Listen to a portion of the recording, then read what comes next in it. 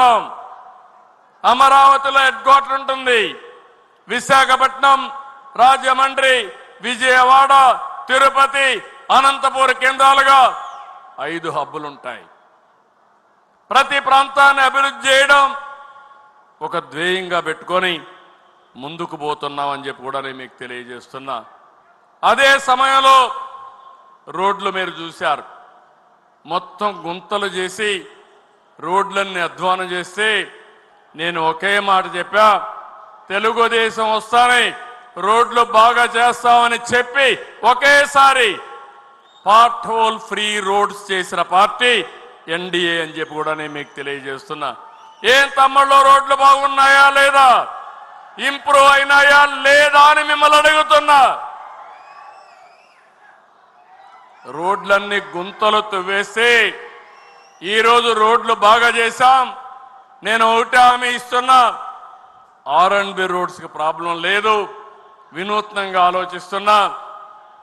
One of the best logistics హబ్గా ఆంధ్రప్రదేశ్ని తయారు చేయాలని దగ్గర 1,20,000 కోట్ల రూపాయలు నేషనల్ హైవేస్ పైన ఖర్చు పెడుతున్నాం. దగ్గర 90,000 కోట్ల రూపాయలు రైల్వేస్ మీద ఖర్చు పెడుతున్నాం. R&B రోడ్స్ ని పూర్తిగా ఇచ్చేస్తాం.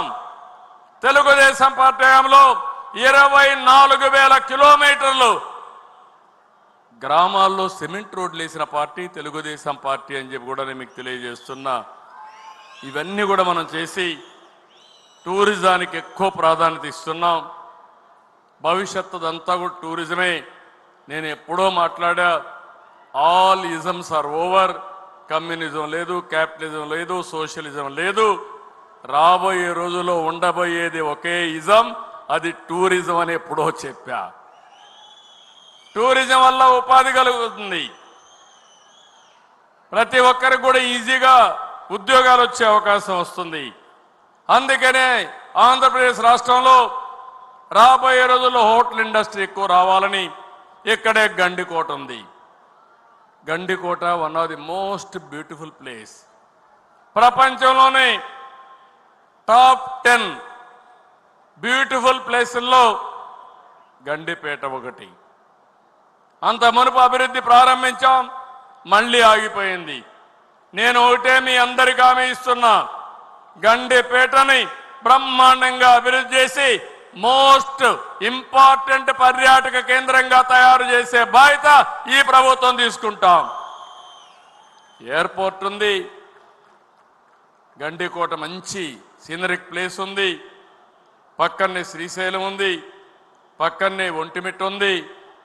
ఇవన్నీ అభివృద్ధి చేయడం పెద్ద కష్టం కాదని కూడా మీ అందరికీ తెలియజేస్తున్నా. అదే మరిగా కేంద్ర ప్రభుత్వం కూడా ఇంకో పక్క గండిపేటలో గండికోటలో నేను ఒకటి హామీ ఇచ్చాను. అక్కడికి వెళ్ళినప్పుడు అపోజిషన్లో ఉంటే కృష్ణదేవరాయలు స్టాచ్యూ 100 అడుగుల స్టాచ్యూ గండికోటలో పెడతామన్నాం. 1 సంవత్సరం లోపల దీన్ని కూడా పూర్తి చేస్తామని హామీ ఇస్తున్నాను. కేంద్రం చాలా వరకు అన్ని విషయాల్లో సహకరిస్తున్నారు. మనం కూడా నిధులు తెచ్చుకుంటున్నాం. ఎప్పుడు నేను పోయినా, ఢిల్లీకి పోయినా రాష్ట్ర ఆర్థిక పరిస్థితి గురించి చెప్తూనే వారు ఏ విధంగా నిధులకు సహకరిస్తారో అవన్నీ చెప్పి తీసుకొస్తున్నాం. ఈరోజు మీరు చూస్తే పోలవరానికి 12,500 కోట్లు ఇచ్చారు. అమరావతికి 15,000 కోట్ల రూపాయలు అరేంజ్ చేశారు. విశాఖపట్నం జోన్ పూర్తి అయింది. రైల్వే లైన్లు ఇప్పుడే చెప్పాను. గ్రీన్ ఎనర్జీకి ఎన్ని కావాలంటే అన్ని సూర్యగారు ఇస్తున్నారు. 2,000 మెగావాట్లు కుసుమ్